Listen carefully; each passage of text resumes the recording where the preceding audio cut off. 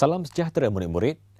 Dalam episod pelajaran kita pada kali ini, kita akan meninjau sebuah lagi tamadun yang unik dan istimewa, iaitu tamadun Mesir Purba. Tamadun Mesir Purba ini, murid-murid, dianggap sebagai anugerah Sungai Nil kerana tamadun Mesir Purba bermula di lembah Sungai Nil yang mengalir dari bahagian utara Mesir ke Laut Mediterranean.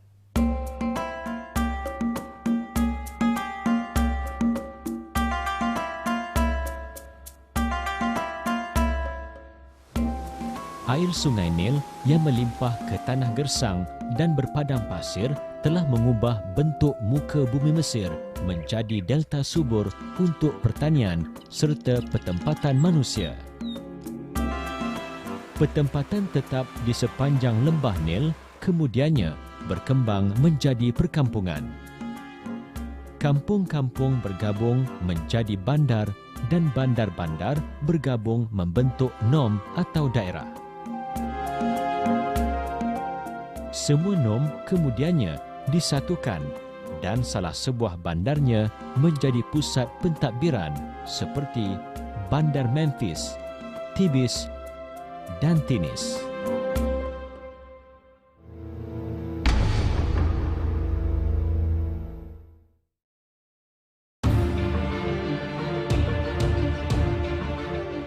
Kehidupan di bandar amat penting bagi tamadun Mesir kerana di bandar terdapat tempat kediaman Firaun,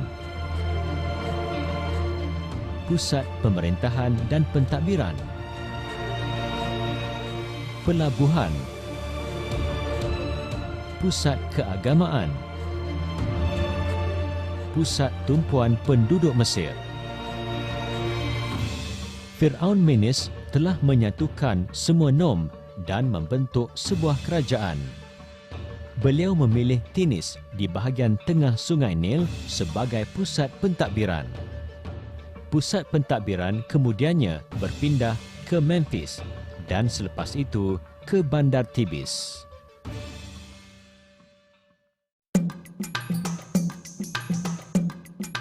Susun lapis masyarakat tamadun Mesir Purba seperti berikut. Seorang raja yang dipanggil Firaun sebagai ketua kerajaan. Di bawah Firaun ialah golongan pembesar, bangsawan, rahib, tuan tanah dan jurutulis.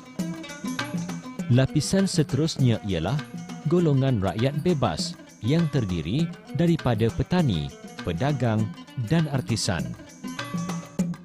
Lapisan paling bawah ialah hamba.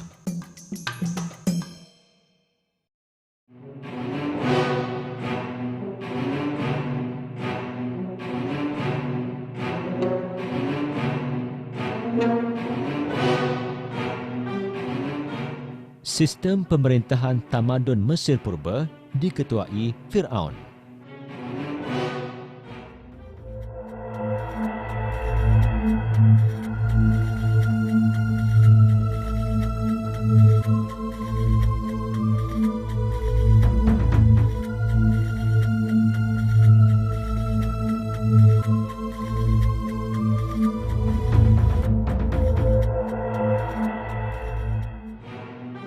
Firaun dibantu oleh golongan bangsawan yang menjalankan pentadbiran, menjaga keamanan, mengurus dan mengagihkan penghasilan makanan di dalam negara.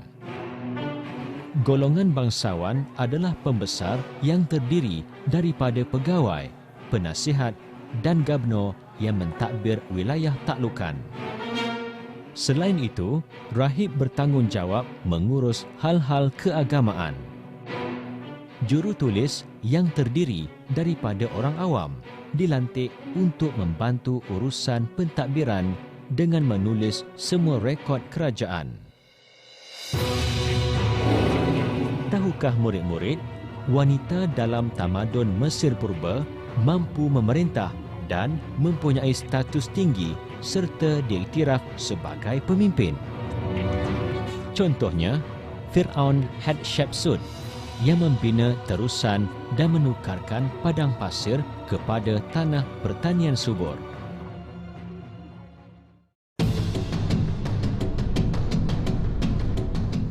Perkembangan aktiviti ekonomi tamadun Mesir Purba menyebabkan pengkhususan kerja bertambah penting. Antara pekerjaan penting masyarakat tamadun Mesir Purba ialah penenunan kain, pembuatan tembikar dan pelbagai peralatan, perlombongan dan perdagangan. Tekstil dan kertas merupakan ekspor utama Mesir Purba.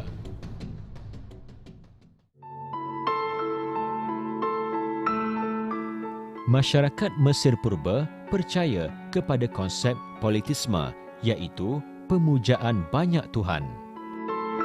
Setiap Tuhan dikaitkan dengan unsur alam seperti Re, Tuhan Matahari; Ra'atum, Tuhan Langit; Amun, Tuhan Angin. Mereka juga percaya kepada kehidupan selepas mati, dan kepercayaan ini menyebabkan mayat disimpan dan dijaga dengan teliti.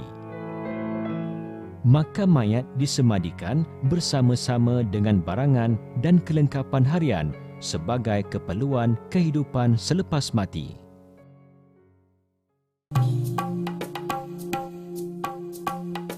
Tamadun Mesir Purba mempunyai sistem tulisan yang dikenali sebagai hieroglif. Sistem ini berasaskan kombinasi gambar dan simbol yang berdasarkan bunyi. Tulisan ini digunakan untuk merekodkan aktiviti pertanian dan pungutan cukai dan berkaitan upacara keagamaan.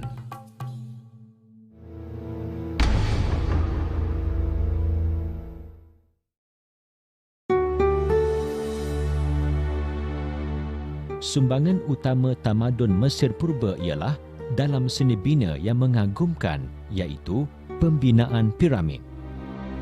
Pembinaan piramid adalah hasil ilham Imhotep, iaitu seorang saintis, arkitek, ahli fizik dan penasihat Firaun Djoser. Piramid yang dibina sebagai bukti masyarakat Mesir Purba mempunyai daya kreativiti yang tinggi. Imhotep memperkenalkan teknik pembinaan bangunan dengan menggunakan batu bata.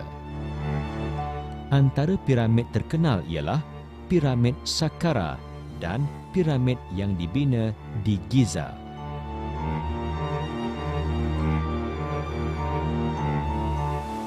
Orang Mesir menghasilkan kertas daripada pokok papyrus yang banyak hidup di lembah Nil.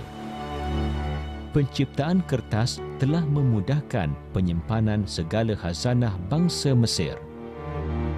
Penciptaan kertas membolehkan masyarakat Mesir Purba tidak lagi bergantung kepada kepingan batu bata untuk tujuan membuat catatan.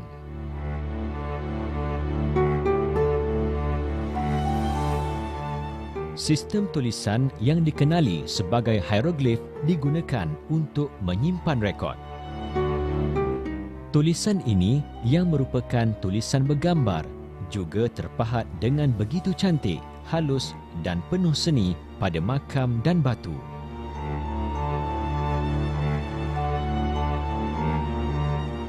Sistem pendidikan diwujudkan untuk melahirkan pegawai kerajaan, terutamanya jurutulis yang terlatih dan pakar.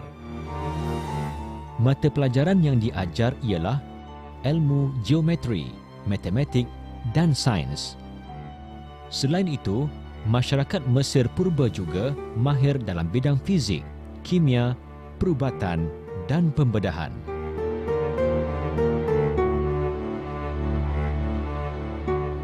Kemajuan dalam ilmu perubatan telah melahirkan para pengamal perubatan yang berkhidmat untuk Firaun dan masyarakat.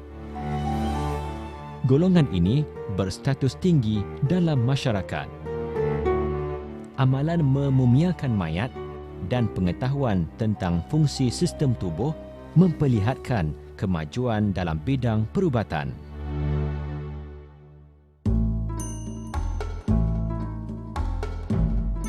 Perkembangan dalam bidang-bidang seperti algebra, geometri dan astronomi telah digunakan untuk mengawal limpahan air Sungai Nil yang mengakibatkan banjir setiap tahun. Pengetahuan dalam bidang astronomi dan matematik membolehkan masyarakat Mesir Purba mewujudkan sistem kalendar berdasarkan 365 hari dan 12 bulan dalam setahun.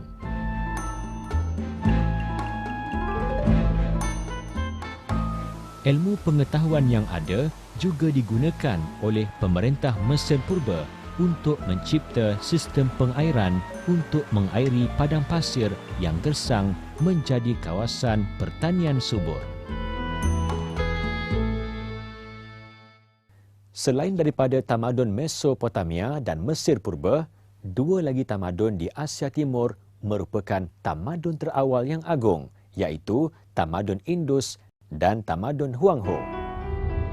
Kegemilangan sesebuah tamadun itu tidak akan dinikmati dan diketahui generasi akan datang sekiranya masyarakat terdahulu tidak meninggalkan warisan serta khazanah bangsanya untuk dikaji dan dipelajari.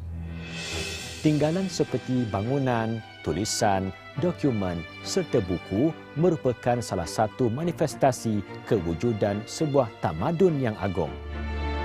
Oleh kerana itu, amat penting bagi kita memelihara dan memulihara warisan peradaban ini demi kelangsungan tamadun untuk kebaikan generasi muda hari ini.